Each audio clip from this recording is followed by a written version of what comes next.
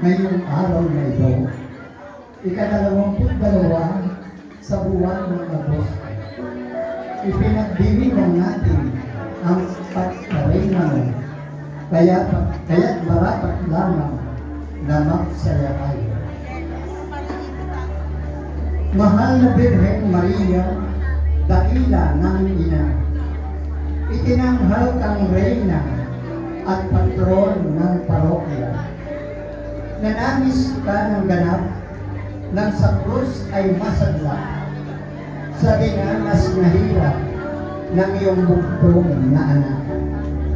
Kaya't marapat lamang ika'y parangalan, hindi mo siya iniwan hanggang kamatayan.